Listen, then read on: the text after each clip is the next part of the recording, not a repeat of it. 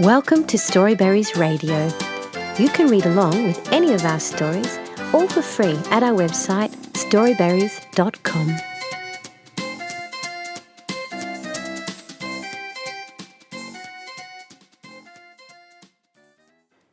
The Three Little Pigs. Once upon a time there was an old sow with 3 little pigs, and as she had not enough to keep them, she sent them out to seek their fortune. All 3 pigs decided to build a house and set off to the brickworks to buy some bricks. But soon the 3 little pigs came across a man carrying a bundle of straw. The first little pig said to himself, "Now I won't need to walk so far to the brickworks. I'd much rather do less work and then spend the rest of my afternoon relaxing."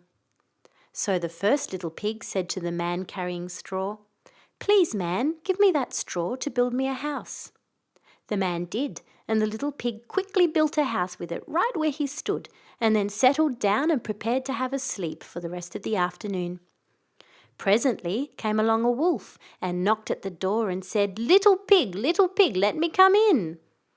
To which the pig answered, "No, no, by the hair of my chinny chin chin." "Then I'll huff and I'll puff and I'll blow your house in," said the wolf. So he huffed and he puffed and he blew his house in. Alas, because the house had not been very well made, it fell down, and the wolf was able to eat up the little pig in an instant. Meanwhile, the second and third pig were still on their way to the brickworks. When they passed a man with a bundle of sticks, the second little pig said to himself, "Now I won't need to walk so far to the brickworks. Sticks are stronger than straw. I think they'll do the job. But anyway, I'm tired now.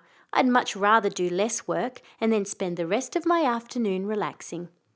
So the second little pig said to the man carrying sticks, "Please, man, give me those sticks to build me a house." The man did, and the little pig quickly built a house with it right where he stood, and then settled down and prepared to have a sleep for the rest of the afternoon. Then along came the wolf and said, little pig, let me come in." "No, no, by the hair of my chinny chin chin." "Then I'll huff and I'll puff and I'll blow your house in."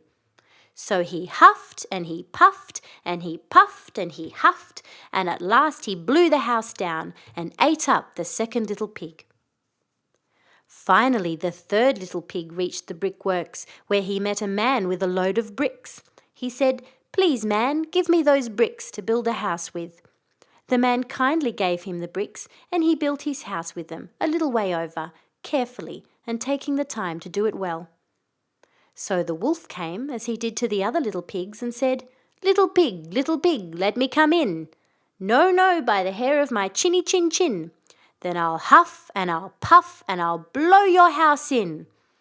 Well, he huffed and he puffed and he huffed and he puffed and he puffed and he huffed, but he could not get the house down.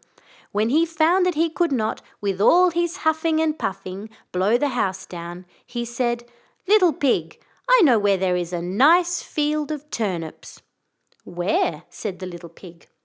"Oh, in Mr. Smith's home field. And if you will be ready tomorrow morning, I will call for you, and we will go together and get some for dinner." "Very well," said the little pig. "I will be ready. What time do you mean to go?" "Oh, at 6 o'clock." Well, the little pig got up at 5 and got the turnips and was home again before 6. When the wolf came, he said, "Little pig, are you ready?" "Ready?" said the little pig. "I have been and come back again and have got a nice pot full for dinner." The wolf felt very angry at this, but thought that he would be up to the little pig somehow or other, so he said, "Little pig, I know where there is a nice apple tree." "Where?" said the pig. "Down at Merry Garden," replied the wolf, "and if you will not deceive me, I will come for you at 5 o'clock tomorrow morning, and we will go together and get some apples."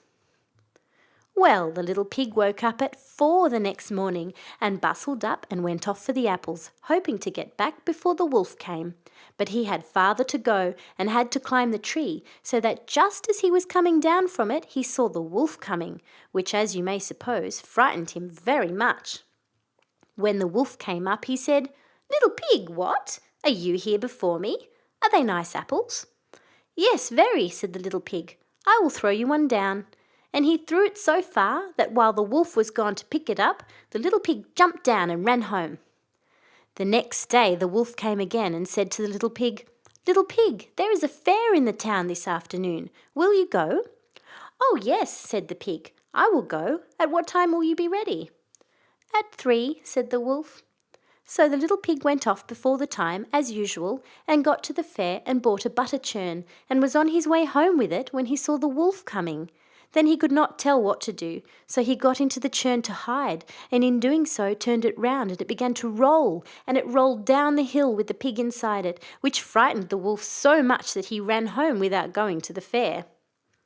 He went to the little pig's house and told him how frightened he had been by a big great round thing which came down the hill past him.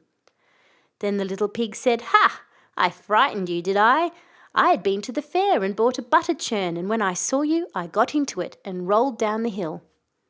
Then the wolf was very angry indeed, and declared he would eat up the little pig, and that he would get down the chimney after him. When the little pig saw what he was about, he hung on the pot of water and made a blazing fire up, and just as the wolf was coming down, took off the cover of the pot, and in fell the wolf. And the little pig put on the cover again in an instant, boiled him up and ate him for supper, and lived happily ever after. Thank you for reading with Storyberries.com. Free stories for kids.